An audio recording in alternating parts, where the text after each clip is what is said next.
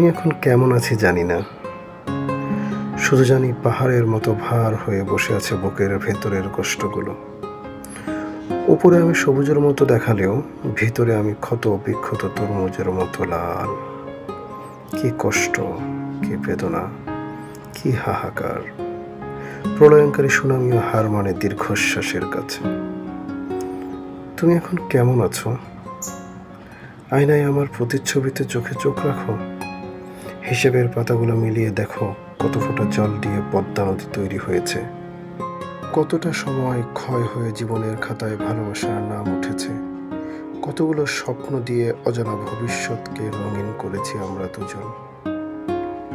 কেন এমন করলে? রক্তাক্ত হৃদয় মারিয়ে কোন ঠিকানার পথে গিয়ে সুখী হবে?